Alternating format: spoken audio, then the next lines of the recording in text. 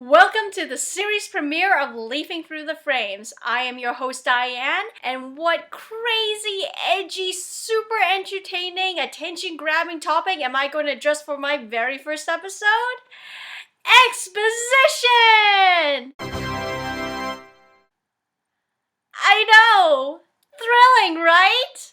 For those of you who may not be too familiar with the term, exposition is the narrative device used to tell the audience any information that is vital to the plot. This could include anything from character motivation, historical context, world building, and much, much more. While this may seem to be a pretty basic tool, exposition can easily drag down any story if not done well. Not only can it be incredibly difficult to get right, but from an audience's standpoint, nothing can be more boring than a movie coming to a screeching halt to just have our characters sit in a room and yak away an info dump. So, as a jumping off point, let's address these first two basic questions. What is good exposition, and how do we spot it? Well, ironically enough, the best type of exposition is the kind where you don't even notice it at all. It's pretty much when a film tricks you into learning something without you even knowing it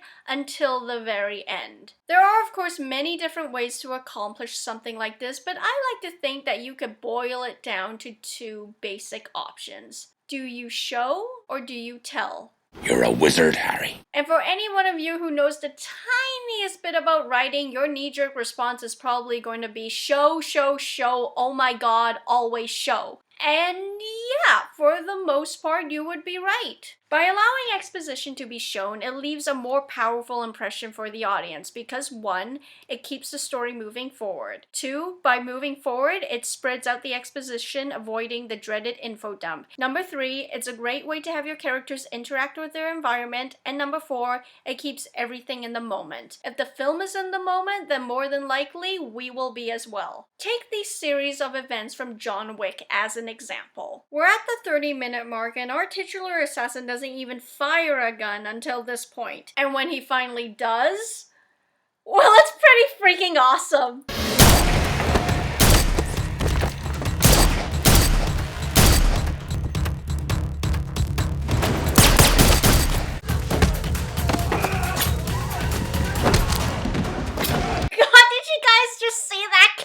Just snap that guy's neck and right, back to the exposition stuff. Right. So other than the scene being a gloriously violent payoff, the fact of the matter is that this scene and what follows it is actually all expository. On top of finally getting to see what Wick is capable of, it leads us to see his chummy relationship with the cops. Evening, John. Evening, Jimmy. Noise complaint? Noise complaint. The unique services that are available to people of his profession.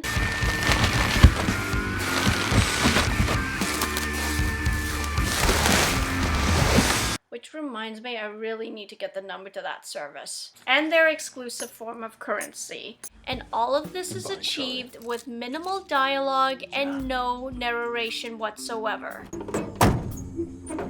Completely seamless. But let's say, for the sake of argument, your movie needs or even wants to tell you the information. While the show don't tell rule is a good one to go by, it's unrealistic to expect a film to show you everything. There are other factors to take into account, such as the nature of the information, pacing issues, time, money, and let's face it, ideally you're gonna want your characters to talk to one another at some point. And actually, that's usually the vehicle most writers use to get across exposition: dialogue. So even when a scene is telling you something, how do you still keep that inconspicuous? Or at the very least, how do you keep it interesting? Well, from a writing standpoint, you can follow one or more of these 3 rules. 1, keep it short. Who is he? Most dangerous man you've ever met, and not my problem right now. On my desk, the number. By keeping it short, you once again avoid info dumps and it keeps the story in a forward momentum. 2, drama. How about now? You still wired in? Sometimes the information itself is not that interesting, but drama always is. So whether it's a revelation, Shane Hawkins! Exactly! It's not us that's changed, it's the town! a tragic moment, I abandoned him.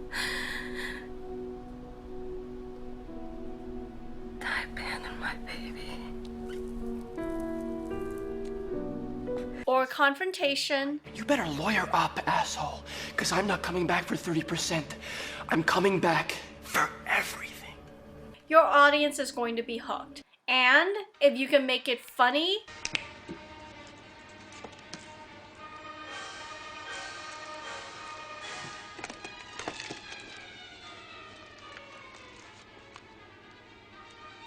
well, you can get away with anything.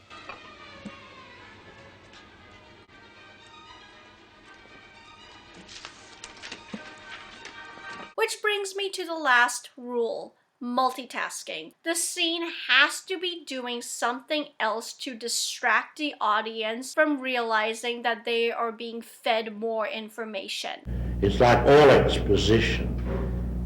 It's a pill that has to be sugar-coated. You are telling the audience, giving them some information, but at the time you give it, it must appear to be something else.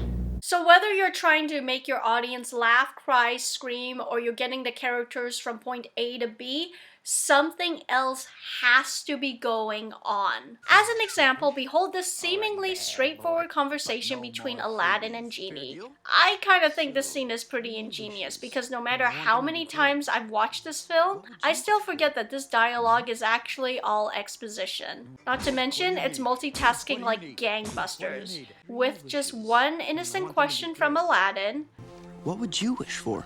the scene informs us more on the Genie mythos, foreshadows Jafar's defeat, sets up the subplot and friendship between our two heroes, and even manages to squeeze in a few visual gags. The reason why the exposition part flies under the radar is because the scene is more focused with the characters, their drama, and having these two regard each other as equals for the first time. The running time for this entire conversation?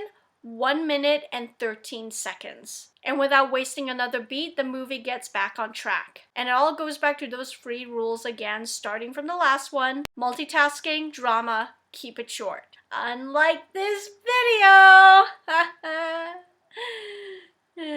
So keeping all that in mind, the next time you're watching a movie or a television show, try to see if you can spot when you're being fed exposition. And if by the 30-minute mark you still haven't noticed anything and you're way too engrossed in the story to care, then you know what? You might have been watching something pretty damn good. Let me know what is your favorite and least favorite expositional scene, and if you liked what you've seen here, please consider following me on my Twitter and Facebook page. Thank you for watching, and I will see you guys in the next frame. It's strange, it's not like anything we've faced before, but it seems familiar somehow. Of course. The spell we cast with Buffy must have released some primal evil that's come back seeking. I'm not sure what Willow looked through the chronicles for some reference to a warrior beast. I've got to warn Buffy, there's every chance she might be next.